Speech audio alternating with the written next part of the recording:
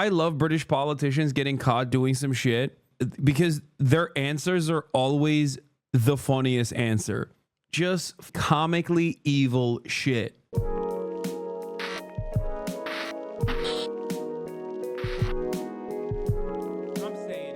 All right. We're going to do Tom Nichols, How Britain Became a Poor Country right now.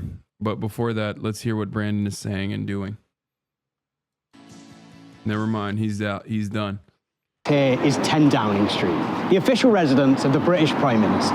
On Wednesday, the 22nd of May, 2024, then Prime Minister Rishi Sunak walked out that front door and announced that he was calling a general election.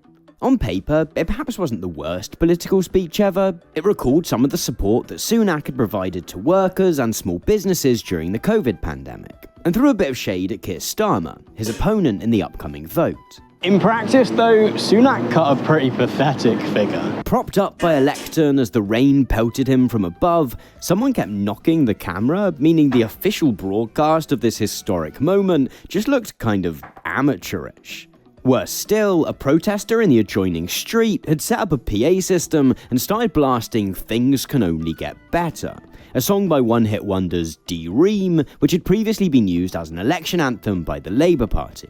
Watching Sunak try to win the affections of the British people, whilst being both metaphorically drowned out by an anthem of his political opponents, and literally drowned out by some good old-fashioned British precipitation, felt rather fitting for a Prime Minister whose tenure had been, honestly, kind of forgettable. It was even more apt for a political party, the Conservative Party, whose 14-year rule over the UK has left the country in tatters. Poorer, nastier, with crumbling schools, bankrupt cities, polluted waterways, and the highest housing-to-income ratio since the Victorian era. On aggregate, the UK remains one of the richest countries in the world. But it rarely feels that way anymore. Ask anyone that lives here, and they'll attest to the fact that everything is just hideously expensive now. Our politics is pretty openly corrupt and chaotic, and the country has been gripped by a general sense of malaise, an understanding that everything is just kind of bad. But how did we get here? How did a country which used to be a pioneer in science, technology, art, and education come to have human poo floating down its rivers? And how do we come back from this? This is the story of how the British Conservative Party subjected its own country to 3 separate yet interconnected experiments, each of which would tear away a different part of the country's political, social, and economic fabric. This is the story of how Britain became a poor country. This is David Cameron. On the 11th of May 2010, David Cameron enters 10 Downing Street for the first time. England always had poo in the river, let's be real. Yes and no. They did, and they handled it, and then they fucked it up again. Yes, poo in the they-them's river has always been a major issue, except they privatized it. And of course, when they did that, the private corporations did not take the necessary precautions, because why the fuck would they? There's also no regulation on it because it's like glad handing? Like it's like friendly businesses that they gave it to. As the newly elected Prime Minister of the United Kingdom. His election win hasn't been a particularly convincing one. The party Cameron leads, the Conservatives, have only managed to win 306 seats in the House of Commons. That's 20 seats short of an outright majority. Claiming the top spot has thus required him to go cap in hand to this guy, Nick Clegg, the leader of the UK's notionally centrist Liberal Democrat Party. After 5 days of negotiations, Cameron and Clegg have agreed to form a coalition government, in which Cameron will serve as Prime Minister and Clegg as his deputy. Coalition governments in which multiple parties come together to govern collaboratively are exceptionally rare in the UK. The last time this happened was during the 1930s and 1940s, when all the major parties in Parliament came together to present a united front during the Second World War. As David Cameron crosses the threshold of number 10, however, he perhaps feels like this collaborative arrangement might serve him well. See, David Cameron is, at this point at least, a genre of centre-right politician which would soon go wildly out of fashion. He's certainly a great supporter of typical conservative causes such as tax cuts, privatizations, and reductions in welfare spending, but he's also desperate to at least present himself as youthful, environmentally conscious, and broadly socially liberal. Some of this social liberalism is perhaps sincere. As Prime Minister, he'll soon push for the UK to adopt equal marriage, despite solid opposition from other Conservatives. He'll also lead a revolution in offshore wind and had already managed to promote greater gender equality among political candidates within his... Bro, I mean, things have gotten much worse in general, but it's just something to remember that, like, this is why it's not even a question about, like, American Republican Party versus the Conservative Party in the UK. Party. Although, this being the 2000s, the British press had soon christened them Cameron's cuties, which, yeah... Perhaps more suspect is the idea which sits at the centre of Cameron's vision for Britain, the big society. The big society is intended, in part, as a corrective to that eternal conservative bogeyman of big government. Cameron's pitch is that he's going to empower individuals, charities, and community groups to take a more active role in civic life. In its opposition to big government, however, the big society doesn't stop at cutting red tape and government oversight. All that charity work is intended to make up for a brutal programme of cuts to public services. It's fair to say that the UK's finances aren't exactly in the best of shape at this point. This is just 2 years after the global financial crisis of 2008, and the country is still very much dealing with the aftermath. In order to prevent the complete collapse of the country's banking and housing sectors, the previous government has paid to effectively nationalise 2 banks and shelled out to buy significant ownership stakes in 2 more. A fall in real terms earnings, along with people being more cautious with how they spend their money, means tax receipts have also taken a hit. The state of affairs is perhaps best captured by a handwritten note left by Labour's outgoing Chief Secretary of the Treasury to his successor, which reads simply, "Dear Chief Secretary, I'm afraid there is no money. Best regards, and good luck." Over the next 5 years, Cameron references this note often. He sometimes waves it about at campaign events. Not only does the memo help to portray Cameron's political rivals in the Labour Party as having a carefree attitude when it comes to taxpayer cash, the notion that the country is flat broke provides a rationale for taking a pretty uncompromising approach to cutting government spending. As things stand, the UK government is running a budget deficit of £150 billion. Cameron and his government unveil a plan to cut that number as quickly as possible. It doesn't matter that interest rates are at their lowest since 1694 and that the cost of the government's borrowing is effectively zero. Cameron and Osborne want to slash the size of the state. And there has perhaps never been a better excuse to do so. The package of spending cuts implemented over the next few years includes reforms to the welfare. Tell your clip channels not to upload your reaction to this video. Tom Nichols has criticized your fan channels in the past and said he doesn't want them to upload your reactions to his work. It's pretty funny that you are mentioning this as though I don't personally talk to Tom or I haven't had a personal conversation with Tom. Like, you know better, dude. You know better. Thanks. What are we doing? Half a chat is demanding I explain. Half a chat is demanding I explain what the food I'm eating and explain like the every bite individually. And the other half is like, oh, bro, what the don't upload this video. Why are you reacting to this video? No, I've talked with Tom on stuff like this. As long as you're not cutting the video's momentum, it's fine. It's a case-by-case basis for the most part, but like, anyway. Hasan's least defensive reaction to a chatter. I just, you know, I've been pretty good today. I haven't had a short fuse, but I'm just like starting to get a little annoyed. A system which make it harder for disabled people and sick people to access support.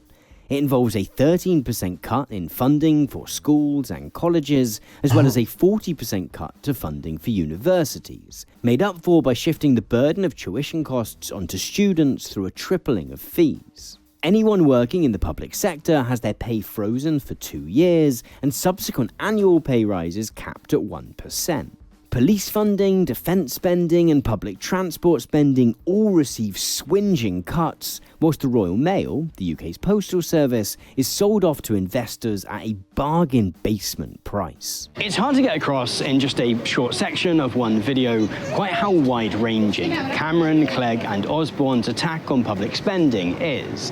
There's not a single part of British public life that goes untouched. And judged on its own terms, it's pretty successful. By 2015, the deficit has dropped by more than a third. Nevertheless, the effects on the economy and country more broadly are mixed. Throughout the 5 years of the coalition government, George Osborne repeatedly tells Brits that, quote, "We're all in this together" when it comes to this attempt to fix public finances. Nevertheless, the pain of austerity is felt strongest by the poorest in society. In fact, at the same time as work for ordinary people is becoming more precarious and less well paid, corporation tax, the tax paid by companies on their profits, is gradually brought down from 28% to just Thank God. 20%. By 20 I love fixing the deficit. Why don't you like people? What's so wrong with people asking what you're eating? You're an influencer. I think it's important for someone with a platform to share parts of their lives with their fans, like the top of the hour ad break. Bro, I already ran it. Day off. Day off. I already ran it. No double baits like that. No double baits. That was a double bait. He kept asking me what kind of sandwich I have so that I could pull him up. 2015, the grim reality of Cameron's big society is evident in the rise of food banks. 5 years ago, food banks had been essentially non-existent in the UK. The country's most prominent food bank charity had handed out just 40,000 packages that entire year.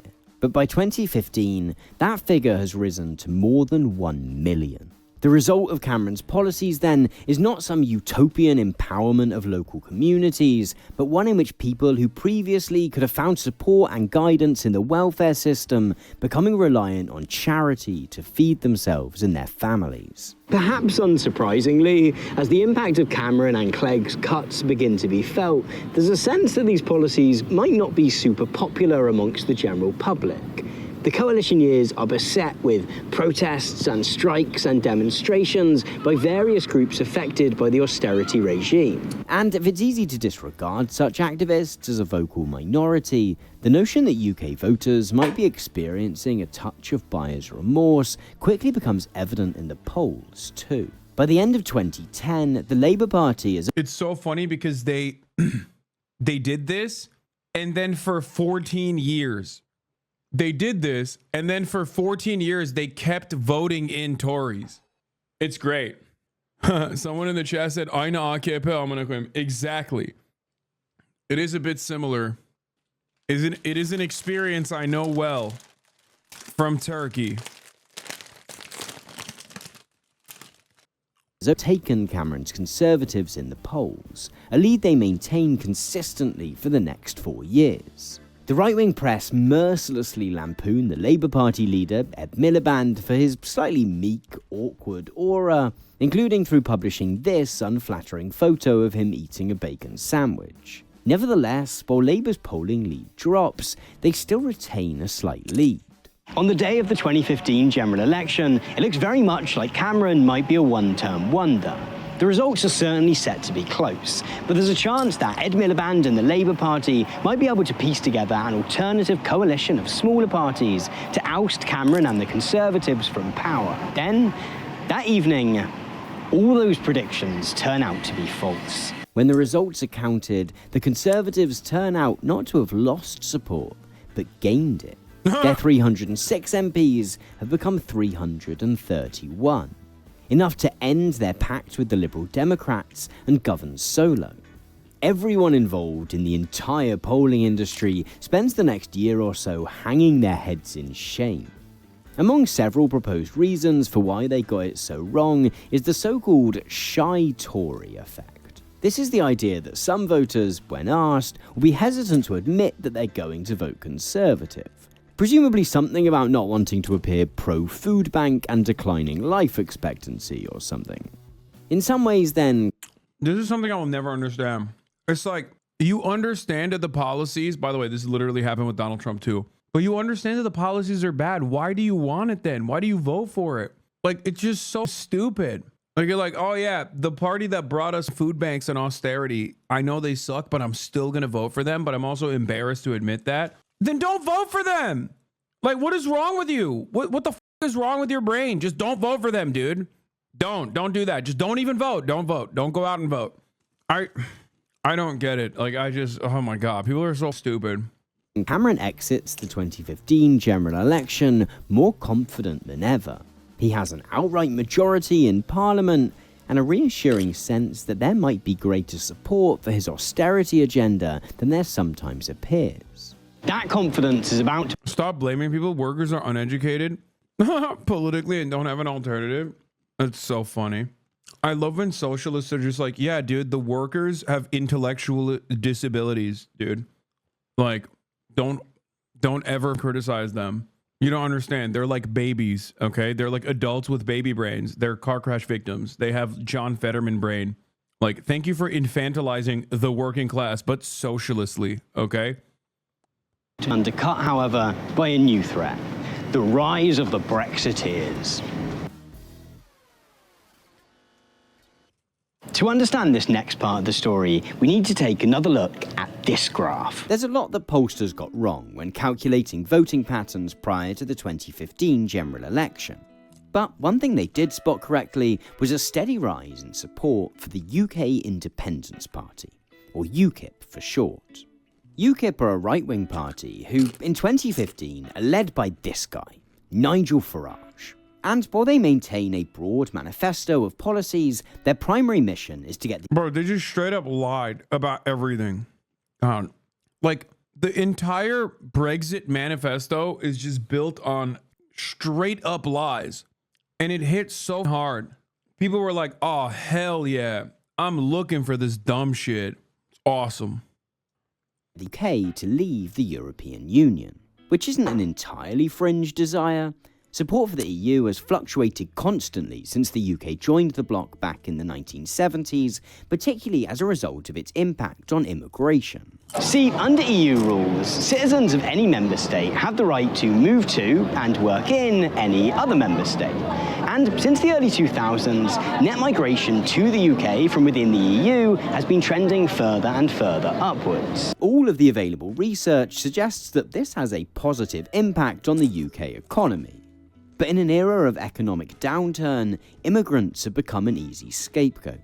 David Cameron has often joined in on this scapegoating, making high-profile promises to bring net migration down into the tens of thousands. Nevertheless, support for UKIP continues to rise. And in 2014, one of Cameron's own MPs even defects to the party in protest at his perceived inaction on the issue. The result is that Cameron decides that he has to do something in order to avoid losing more support.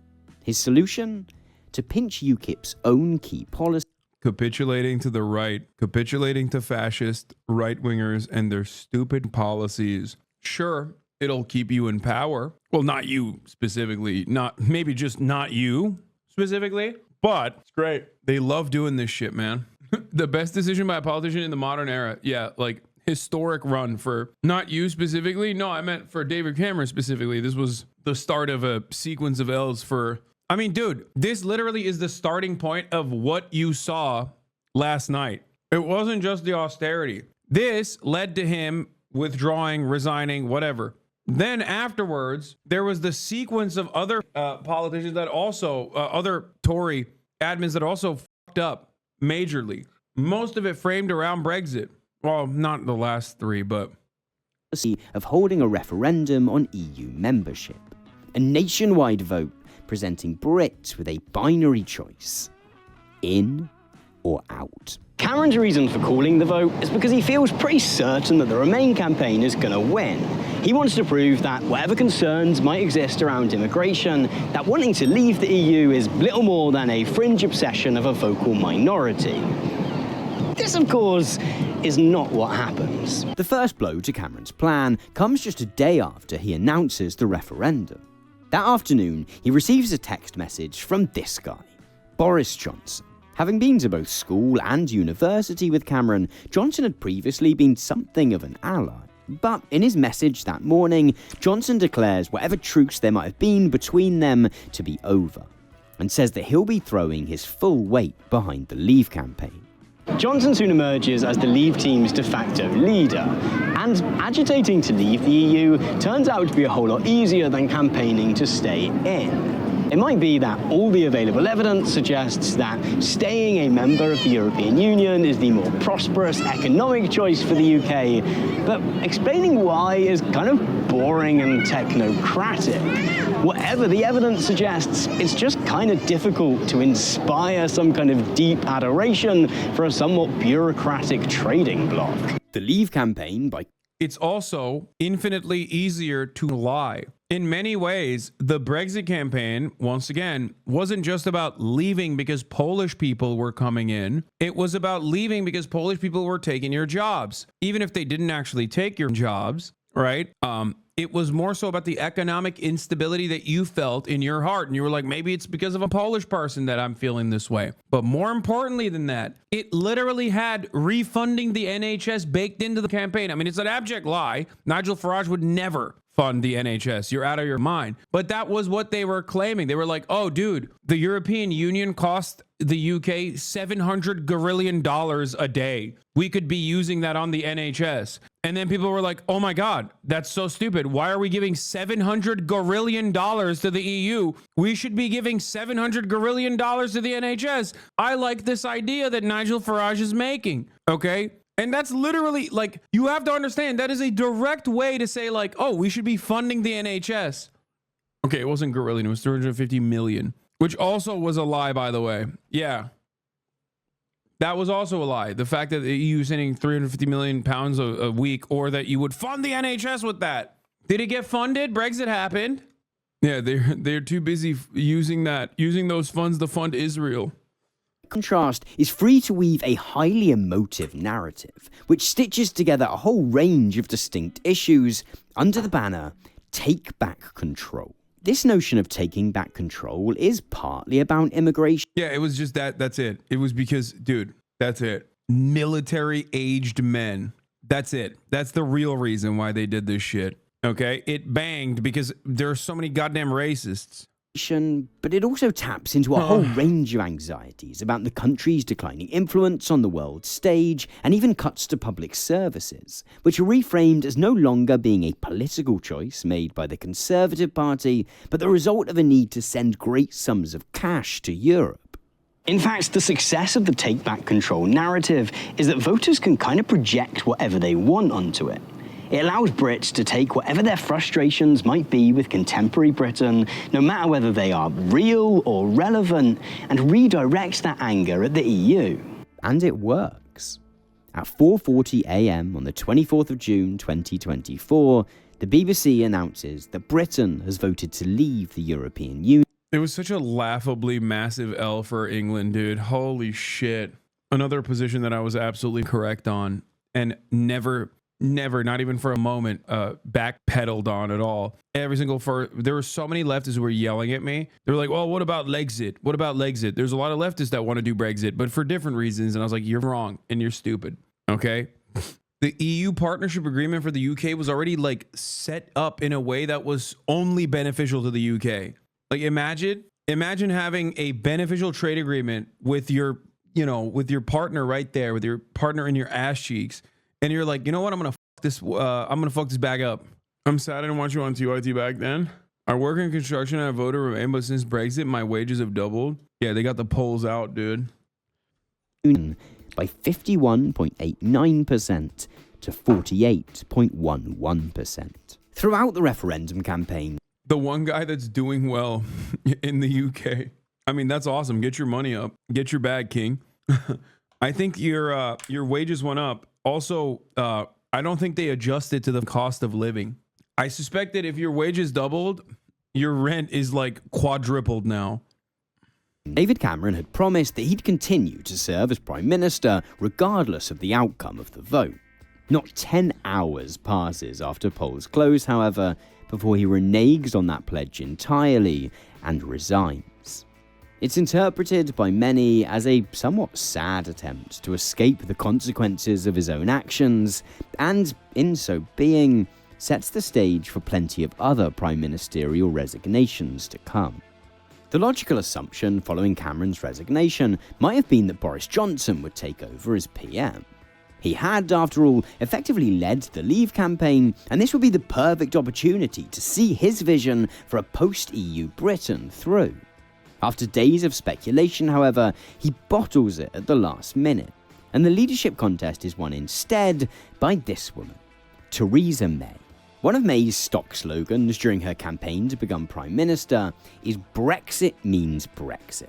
The challenge is that no one's entirely sure what another great Brexit means. The narrative of taking back control had been intentionally vague, but actually leaving the EU would require concrete, specific policy. Given the desperately thin margin on which the referendum was won, the logical thing to do is perhaps to find some kind of compromise. Maybe the UK ceases to be a full member of the EU and introduces some additional controls on immigration. Come on, England, score some goals. Brexit means Brexit, yeah. Fucking hell. Let's go, England. That's what it is. But retains a close trading relationship with the bloc. The problem is that the referendum debate has only really hardened opinion on all sides. For many Brexit-supporting members of the Conservative, it was also pretty funny that people thought that like this would destroy the European Union. That was another thing that people kept telling me, like, no, you don't understand. Like, this is going to destroy the European Union, and that's why it's good. It's like, that was my answer to the people when they said things like that. Conservative Party, the only acceptable way forward is to make a complete break from Europe and to seek closer ties with the US instead.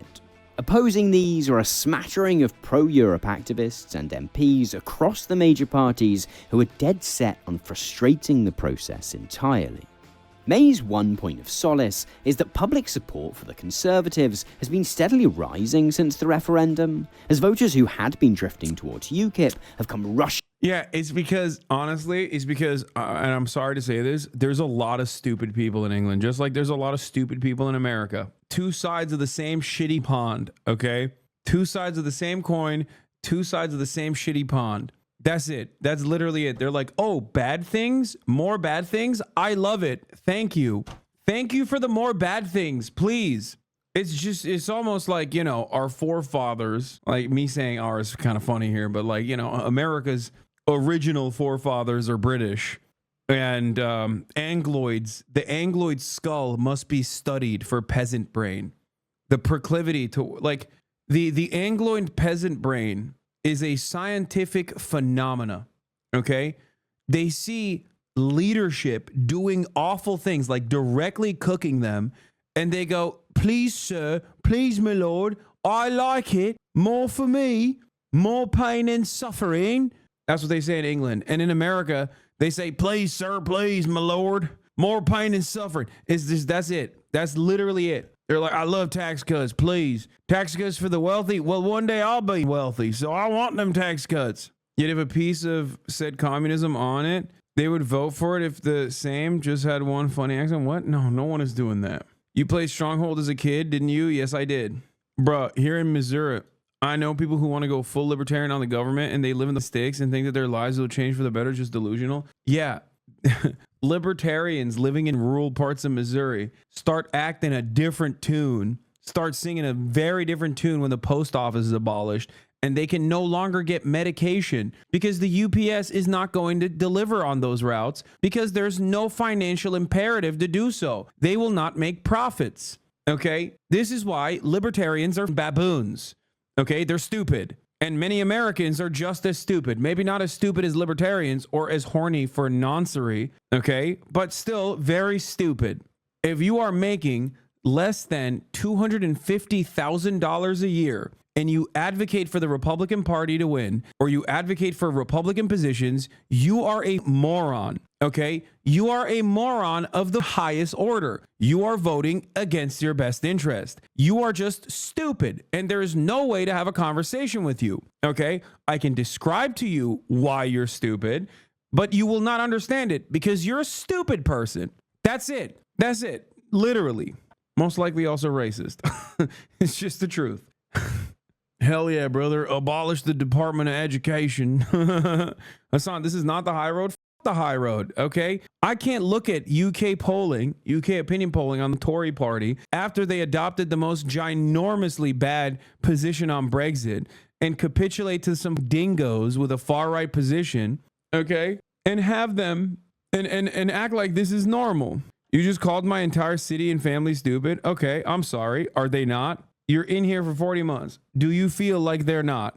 You're a 40-month subscriber. Why are you in here? Because you know they're stupid and you have nowhere else to go to share. Exactly. You have nowhere else where you can share these opinions. You probably first encountered someone like myself and went, what the f? People think like this? That's crazy. I thought I was alone. That's so many people. That's why I always laugh when people are like, we're going to outbreed the left. It's like, no, you're not, because so many leftists literally come from conservative families. Okay. No, they grow up in that shit and they're like, this sucks. This is so dumb. We're living in filth. Like, and we're advocating for our own demise. What is this? Anyway, please watch videos of English people being asked about politics and Brexit in rural areas in order to prove to your viewers that these people are stupid. I'm British and we all know they're dumbest people here. I swear part of it is the diet. Most of them eat nothing but potatoes, pies, and beer. Like, I also still feel bad for them. Okay. But this is a moment where I'm heated. Okay. I still feel bad for them. I feel bad because like they have been led astray. They've been led astray by reactionary charlatans who know exactly how to tug on their heartstrings and tell them, oh yeah, dude, look around. Things are worse, right? Things are worse. And it's not because of my cabinet and it's not because of my administration cutting your social safety nets and making things insanely costly and ruining whatever semblance of like social mobility you might have had at a previous life. It is the brown people. It's the Muslims. And a lot of those people go, well, I guess you're right. It must be the Muslims and the Polish. In America, insert instead of Muslims, Mexicans. Okay. My libertarian father-in-law unironically believes that the USA will be a safer place if every single person carried a gun at all times. I love that because that means babies have to carry guns.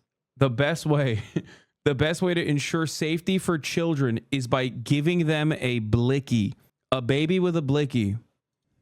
Back to the Conservatives. She therefore decides that what the country needs is another election. Her hope is to increase... By the way, this is why we're all universally united along class boundaries, okay? This is something that you have to understand. And I know it's rich coming from me, okay, saying this like, oh, says you, rich guy. But like, the reality is I wasn't always, I was, when I was growing up, very affluent, but there were definitely periods where I was on my own and wasn't, okay? Having said that, my point still stands, okay? You hate the hogs globally. It doesn't matter. There is no world in which you go, well, you know what? These hogs I actually do like. Unless we're talking about Israel, in which case you can be the most progressive person here in America. And then when it comes to Israel, you turn into a Nazi. But that's a unique set of circumstances. That's like, that's some other shit. We can't unpack that right now. I've unpacked it too many times. Okay. Majority in Parliament and thus make it slightly easier to pass the various bills necessary to facilitate an orderly Brexit. Much like Cameron's gamble with the referendum, however, this is not what happens. The following election campaign is a car crash for May, who turns out to be almost impressively uncharismatic.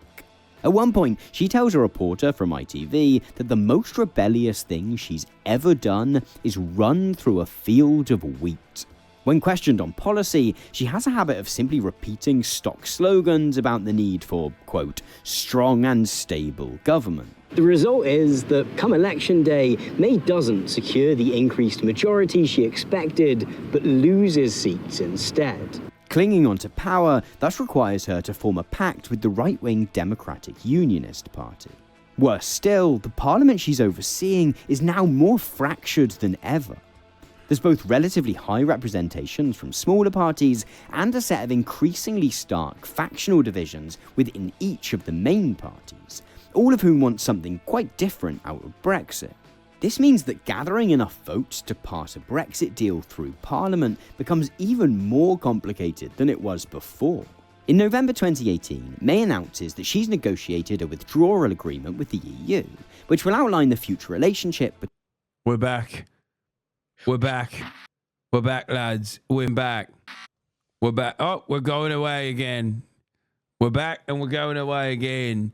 again and again and again. But hold on. Line. We'll do it. I never had a disruption on my end. You're probably watching in like low bandwidth or whatever the thing is called. All right. It's super delayed. Pause on pause if it's super delayed. Hasan's so ugly. You're right.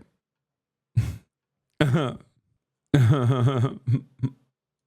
right, let's continue. Between the UK and Europe. Nevertheless, the deal contains special protections in order to avoid the UK having to build a hard border between Northern Ireland and the Republic of Ireland. And while these protections are intended to avoid any disruptions or complications to the Northern Irish peace process, for the most committed Brexiteers, they represent an unforgivable failure to completely detach from the EU. After 3 failed attempts to get her agreement through Parliament, May decides that she's had enough. Once again, the nation tunes in to watch a Conservative Prime Minister stand in front of 10 Downing Street and announce that they're going to walk away from their responsibilities. The fog of failure and defeat becomes harder to ignore. With the UK's top job vacant once again, Boris Johnson decides that his time has come, and his fellow Conservatives clearly agree. He sweeps the subsequent leadership contest and officially takes over as Prime Minister on the 24th of July 2019. Johnson's approach differs from May's in 2 key ways. Firstly, Johnson is far less worried about the prospect of a so-called no-deal Brexit, in which the country simply crashes out of the EU without having negotiated a future trading relationship with it. Secondly, he's much more ruthless in his attempts to outmaneuver his opponents. In August 2019, Johnson takes the extreme decision to drive to Buckingham Palace and to persuade the Queen to effectively suspend Parliament for a month. His goal is partly to silence his critics within Parliament, but also to essentially run down the clock on Brexit negotiations, to the point either that the EU is forced to accept greater concessions on any deal, or that a no-deal Brexit happens by default. This move has the effect of irritating basically everyone.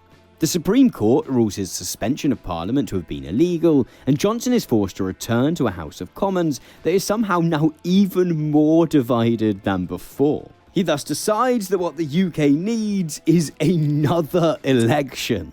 And this time, well, it actually does go to plan. Johnson campaigns using another 3 words. Get Brexit done. Brexit means Brexit. Get Brexit done. Slogan, get Brexit done. And to a nation exhausted by 3.5 years of trade talks and treaties, the notion of simply getting it over with clearly appeals.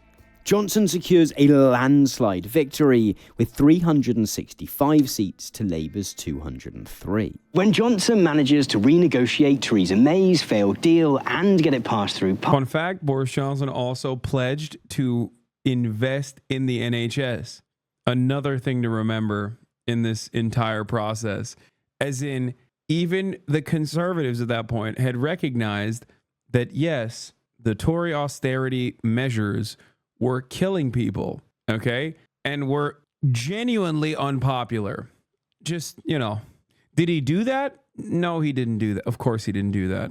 Parliament, it appears that Britain is firmly exiting its Brexit era. The consequences will certainly be felt for years to come, but the political wranglings at least begin to die down. And they do so just in time for a new challenge to appear in the form of COVID-19. First comes several weeks of watching the West Streeting defends Labour plan to use private sector to cut NHS backlog, by the way. Exclusive. Failure to do so would betray working class people, Shadow Health Secretary says. It's coming home, lads. He's also a transphobe. Brother, he's British. What do you mean? Like, that's like saying he also, hey, by the way, Hasan, I don't know if you know this, but he has a funny accent. Like, yeah, I know. He's British, okay? Like, telling me that a British member of parliament or I do admit that the shadow secretary positions are like a very cool name, but like, yeah, he's a British MP, dude. Of course he's a TERF. That's a given. It's a requirement to be on the far right. This is not the far right. This is labor. I understand your mistake for thinking that he's on the far right because you read the statements that he made and you thought, oh, this is a classic Tory move, privatizing the NHS. The problem is he's labor. He's the labor guy for the NHS. Anyway. Infection spread through China and Europe.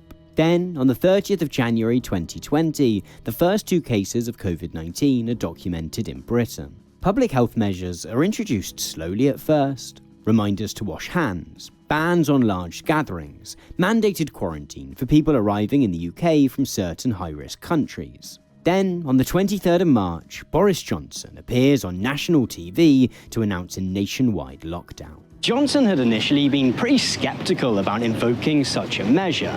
Ever the Conservative, he was worried about the impact that shutting everyone in their houses might have on business. He briefly considered actively allowing the disease to spread across the country to build so-called herd immunity through infection. Nevertheless, with deaths rising exponentially, doing nothing eventually becomes untenable. With everyone stuck inside, glued to the TV, it's perhaps only right that politics becomes a bit of a soap opera over the next few months. First, Johnson himself contracts COVID, and swiftly goes, Yeah, my controversial position on this is that they cooked our boy, okay? They cooked our boy on some bullshit. But that is the power that British media has. It is literally like, I mean, COVID also cooked our boy. He almost died, but that's besides the point, albeit very funny.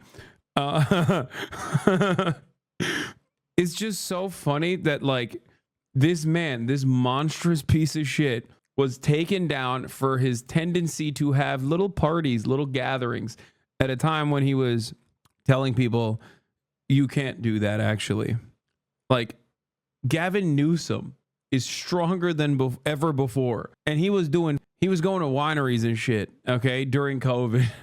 And hosting orgies, okay? And this man was taken out for his little parties. Being entirely unconcerned by the disease to lying in an intensive care unit in St. Thomas Hospital. Then, this guy, Johnson's chief advisor, Dominic Cummings, gets caught out for having broken lockdown rules by visiting his wife 5 hours away whilst displaying COVID symptoms. Amid these controversies, Johnson's allies in the Conservative Party find numerous ways to use the pandemic to funnel money into the wallets of their friends. It quickly becomes apparent that the country's National Health Service is going to need a whole load of additional masks, aprons, and other protective gear. Johnson & Co. thus leveraged this urgency to suspend anti-corruption laws around government outsourcing. Billions of pounds worth of public money is handed over to the friends and acquaintances of government ministers, in some cases in return for equipment which is entirely unusable. Whether through illegitimate means or not, protecting the interests of business... Just comically evil shit, dude. Just comically evil shit, okay? Cummings' excuse for driving was that he was testing his eyesight. I love British politicians getting caught doing some shit. And like, because their answers are always the funniest answer. They never even just go, yeah, I fucked up, my bad. They literally always have an excuse.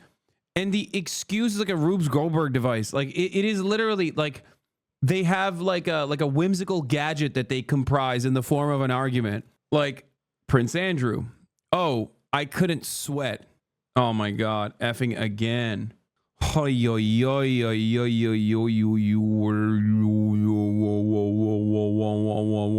we're back. It was a mini baby F. MI6 is up my ass, mate. It's a mini F, yeah. As I was saying, Prince Andrew gets caught. What does he say? Well, I can't sweat. It is impossible for me to sweat. That other guy got caught watching porn. What did he say? Oh, I was looking at tractors. Looking up tractors in an adult website. Popped up while looking at tractors. It's like, it's great. Very creative stuff.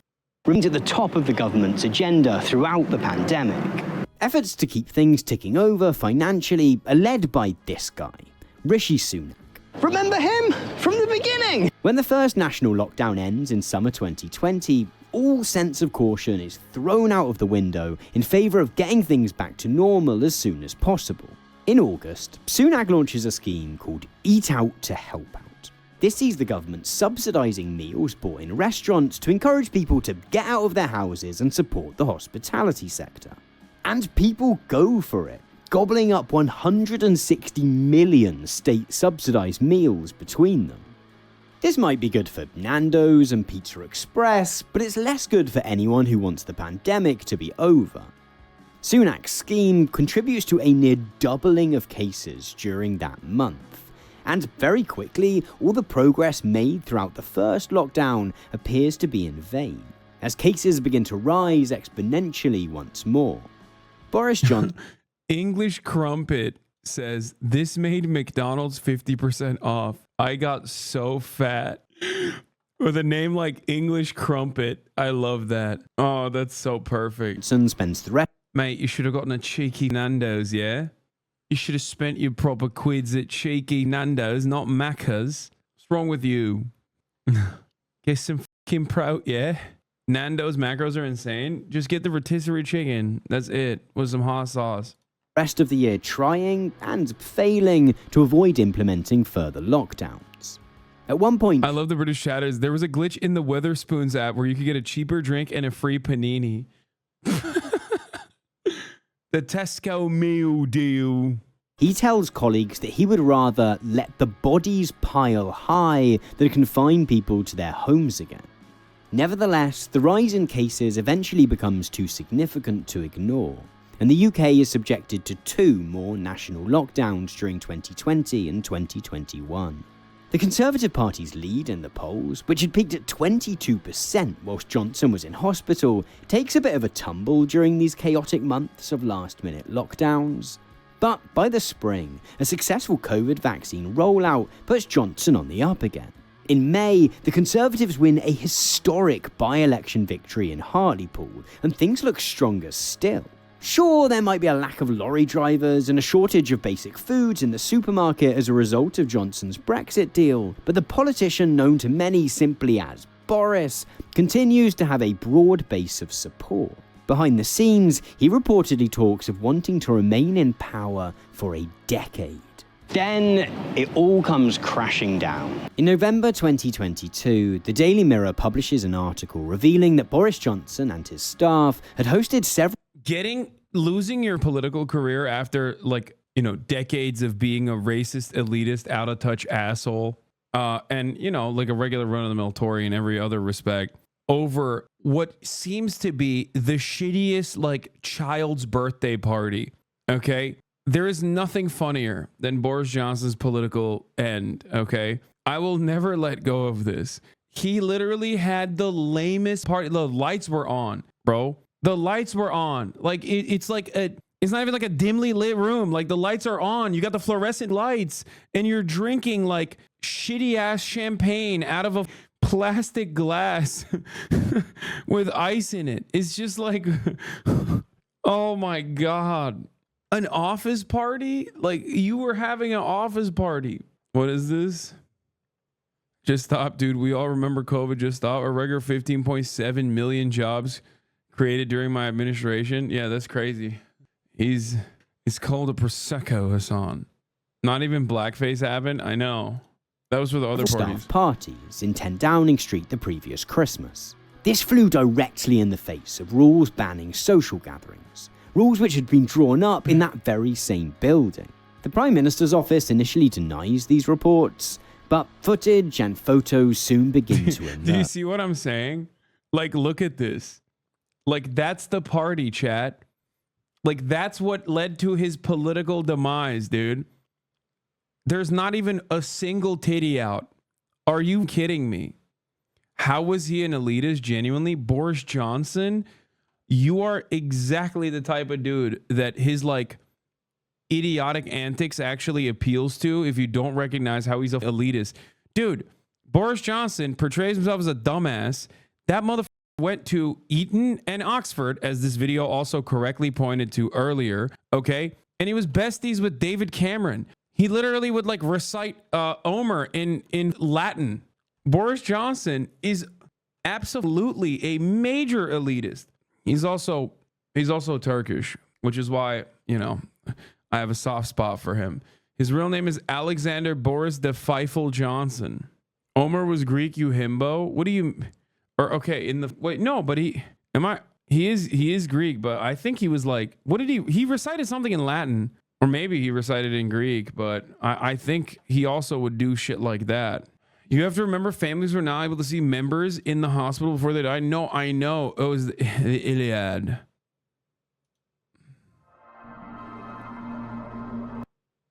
The sun is a stone, said Anaxagoras. The Ethiopians. Okay, whatever. Homer was Turkish. Yeah, just like Boris is. All in all, 17 parties are found to have taken place among staff, and both Johnson and Rishi Sunak are eventually fined for breaking the law. Johnson's political career had rarely been without scandal, but the clear hypocrisy of the PM setting rules whilst ignoring them himself helps this one to stick. Even the usually die-hard I'm telling you, dude, they cooked him. It was the media that turned this into a major, like, they pounced on it, dude. They saw weakness and they saw the blood in the water and they went on a feeding frenzy. Okay. That's kind of what's going on with Biden right now with American media. But of course, the American media is nowhere near as aggressive as British media is. If this was happening, if the Biden situation was happening in England right now, okay, if the Biden situation was happening in England, every newspaper wall to wall would be like, dementia, demented president must step aside. Like, they do not hold back, dude. They do not hold back. Okay? Yeah. They ate Boris up and Newsom keeps up English mind, can't comprehend. That's what I'm saying. That's what I'm saying. Like, Gavin Newsom did that shit too. Other people did that shit too. Nah, the media tried to drop the story. No, they didn't. No, they go nutty mode, dude. When they are, British media is so bloodless, so soulless. I don't like it's even worse than American media, and I hate American media, as you guys know. Like, I'm telling you, they are really bad, dude. Conservative press begins to turn on him. Then, a few weeks later, Johnson attempts to promote an MP who's been credibly accused of multiple accounts of sexual assault, and his fellow MPs begin resigning from Johnson's government en masse. On the 8th of July 2022, the man who just recently had been eyeing up a decade in power is forced to make that now iconic, shameful walk out the front door of 10 Downing Street to announce his resignation. I mean, yeah, that tracks, by the way. The Economist cover. That's a British publication. Dude, you want to know how the British... Yeah, you want to know how the British do it, dude? Here, there you go. You want to know how the British cover American politics, dude? Yeah. We value your privacy. Oh, come on. Wait, let me see if I could just like... Yeah. That's it, dude. Like... Yeah. That's... Now imagine that's like across the board. Like, that's the Washington Post. You know what I mean? That's the New York Times. That's like if American media was like British media, every newspaper, serious newspaper, would basically be, with the exception of like one or two, every newspaper would be the New York Post. Okay? The New York Post, which ironically, I believe, was owned by Ghislaine Maxwell's father, Robert Maxwell, a British man and an OSS agent and a Mossad agent, is the only newspaper that is continuing the British tradition, right? Wasn't the New York Post owned by them? Wasn't the New York Post owned by him? Am I crazy? I might be wrong. They owned one American newspaper, but I thought it was the New York Post. Let me look it up. Yeah, no, it was. I was right. Or wait, no, Murdoch and talks. Maxwell may buy New York Post from rival. British media magnate Robert Maxwell said Thursday he's considering buying the money-losing New York Post from Rupert K. Murdoch. It was, the newspaper he owns is the Daily News. Is that the one? Oh, it wasn't the New York Post. It was the New York Daily News. I was wrong. He wanted to buy the New York Post, but it is the Daily News that I think he owned.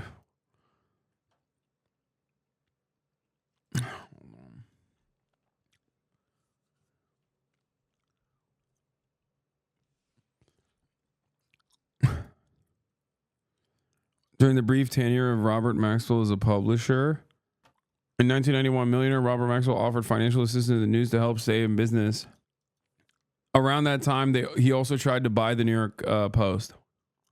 Another Biden whoopsie. We'll do that in a second. Let's finish this off. Leaves the country with one more three-word phrase for good measure. Them's the breaks. It had once seemed almost certain that whenever Boris Johnson did retire, he'd be succeeded by Rishi Sunak. Regardless of the disaster he out to help out, Sunak had gone to great lengths to use COVID to further his personal brand. But remember all those MPs that Boris Johnson had expelled from the Conservative Party during the Brexit debates? Well, those expulsions, along with the broader polarisation of the Brexit process, had led many of the party's more socially liberal members to jump ship. The result being that the party is now comprised almost solely of hardline right-wingers and libertarians. Oh, the beautiful lords. Our lords. This guy got owned. Didn't he lose his seat as well? My lordship Rees-Mogg lost his seat. He got mugged. Sunak does throw his hat in the ring then. He lost his seat. He's not even going to have proper... The lordship has lost his seat. He won't even have the proper finances to subscribe at the top of the hour to the Hasanabi broadcast. That's right. Liz Truss also lost her seat. She will also be seeing the 3-minute ad break at the top of the hour. If you would no longer want to see those ads, all you'd need to do is subscribe for $5 or for free with the Twitch Prime by connecting your Amazon Prime account to your Twitch account when you get one free Prime subscription a month. Here's the 3-minute ad break now. The contest is eventually won by this woman, Liz Truss. Now, as we've already seen, the Conservative Party has always been a party of low taxes and cuts to government spending. But Liz Truss is something else. A one-time contributor to a book called Britannia Unchained, Truss is an unabashed, unreformed libertarian who doesn't so much believe in a small state as no state. Unless, of course, it's serving the needs of the super-rich. In fact, Truss turns out to be so extreme in her low-tax fundamentalism that she almost bankrupts the entire country in just a matter of weeks. Goals. On the 23rd of September... Goals, honestly. That was so goated. She killed the queen and bankrupted the nation and f***ed off, dude. It's girl boss behavior and you don't understand it, okay? 2022, Truss unveils a package of economic policies which revolve around £45 billion worth of tax cuts to the country's richest. And remember, this is a country which has already suffered more than a decade of austerity. It's pretty crazy to think that she did all of that in such a short period of time. Girls get it done, folks. Girls get it done. Okay, she almost ended capitalism in 3 weeks. She ended the monarchy and capitalism in 3 weeks. And in which every public service, from the NHS to the police, is a crisis point. So she decides to fund these tax cuts through increased government borrowing. Global financial markets usually quite like tax cuts, but Truss's approach is viewed as so bold as to be reckless. Investors quickly come to view holding investments in the UK as far too risky and start selling off government bonds and currency. The value of the pound plummets, and more importantly for the Conservative Party, interest rates on mortgages begin to rise. The result is that any support for Truss among MPs, party members and voters falls through the floor.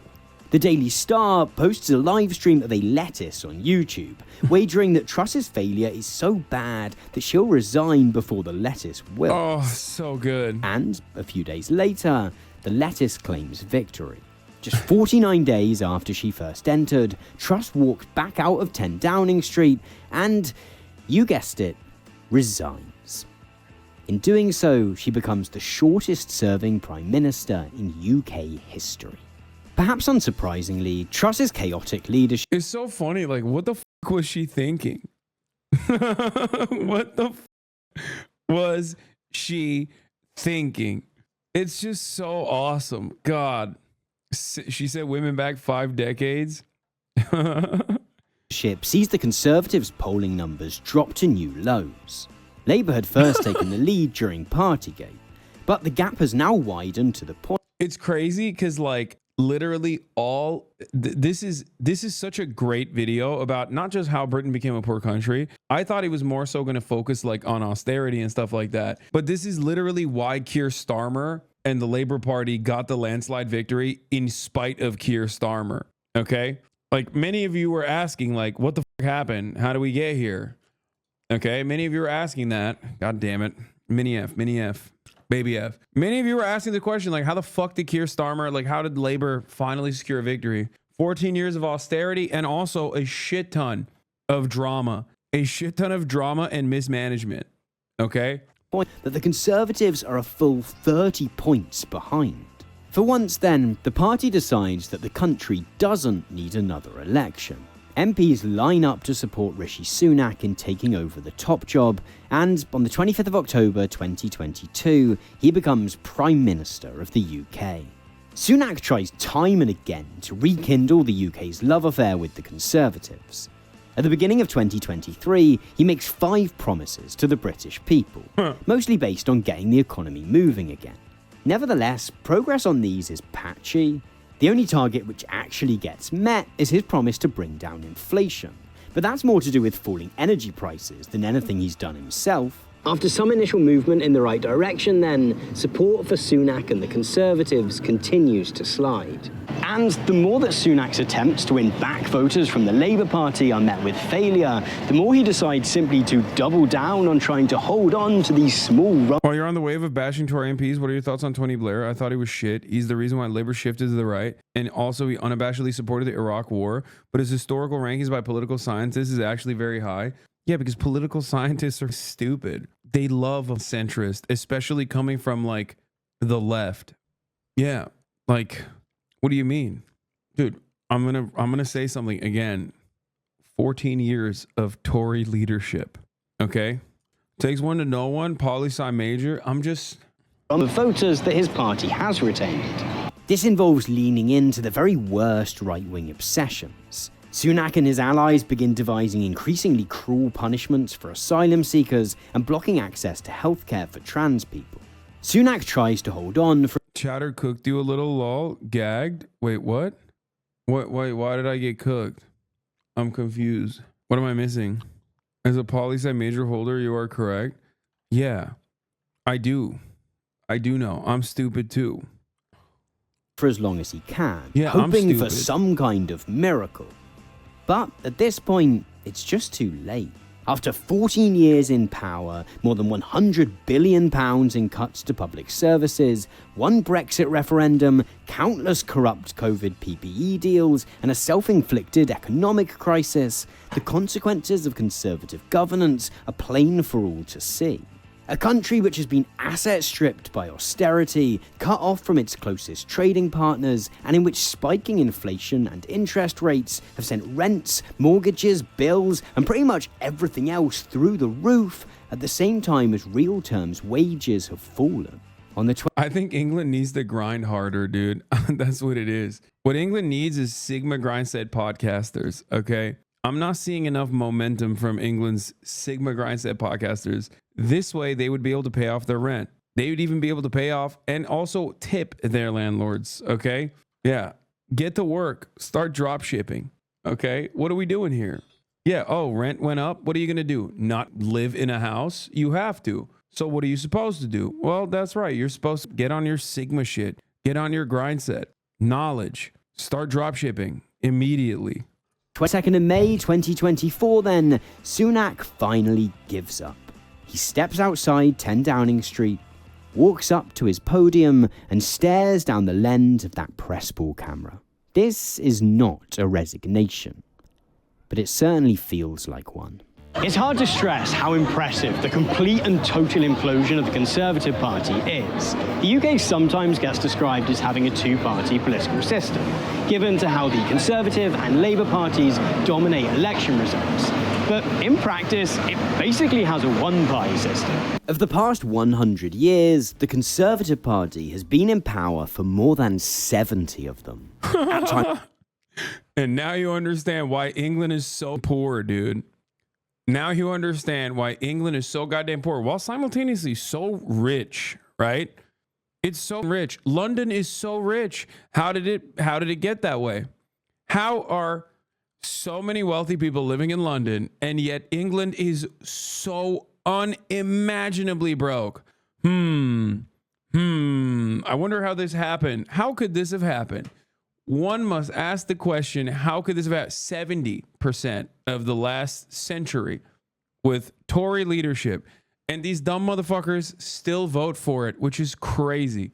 And when they don't vote for it, they're voting for a lighter red Tory version, a light Tory version in the Labour Party. It's awesome. I'm recording, it looks pretty certain that same party is going to lose the next election big time. Perhaps that's already happened by the time you're watching this video. But whether the party eventually bounces back from that defeat or not, the experiments they've inflicted on the country have left damage which will last a long, long time. Perhaps most worrying is the extent to which some of the basic precepts of those experiments have come to be accepted by Sunak's rivals in the Labour Party. On the 4th of July, it looks very likely that it will be Labour leader Keir Starmer walking into 10 Downing Street as the new Prime Minister. Starmer has repeatedly criticised Liz Truss's disastrous reforms and Boris Johnson's lies.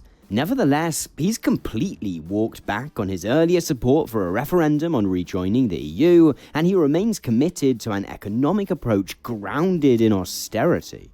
In the same way that David Cameron once waved that note stating that there was no money left. Bro, you got the mandate, dude. What are you doing?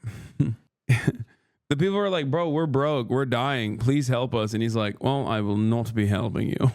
We're going to continue the austerity regime of the Tories that you seemingly loved so much for 14 years.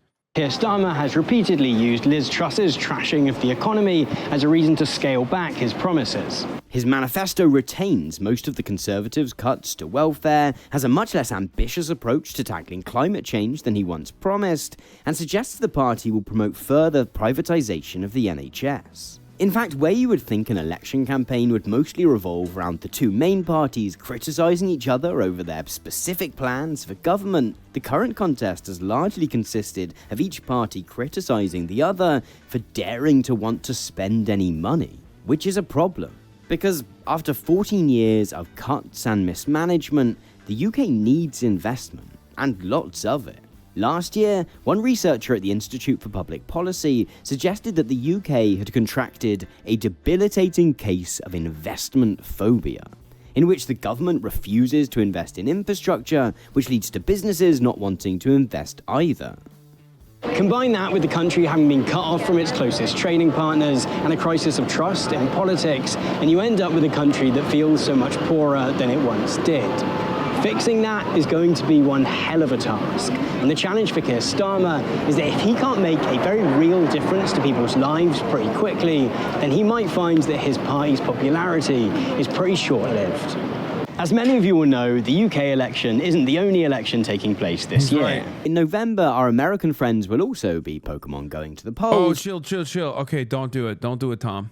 Don't do it, man. Don't bring that up. No. We're having fun right now. We're laughing at across the pond. Let's not remind ourselves of what's going on in the United States of America. Don't worry about that. Remember England and how cooked the British are? That was cool. Don't do that. Don't. It's effing. The broadcast won't let me cover this. Oh, man.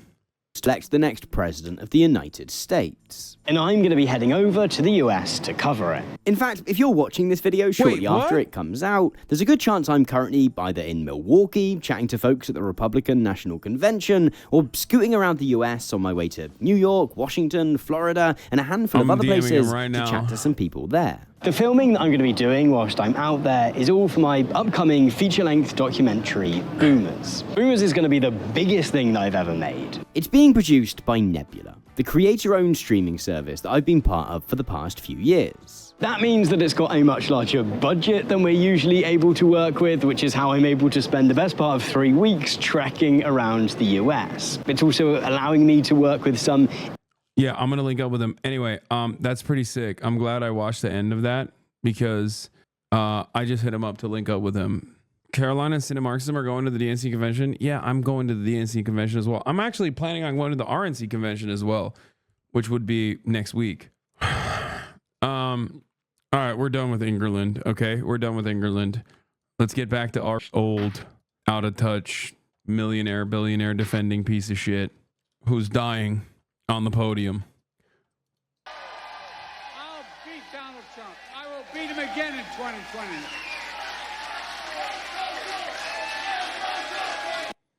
Let me run that back. Uh-oh. I'll beat Donald Trump. I will beat him again in 2020. Just sucks because it says it right there. Like it's right there. You know what I mean? Like look at what my mouse cursor is like pointing to. And it's just like you can't even be like, oh no, he was in Madison in 2020. Like, just oh God.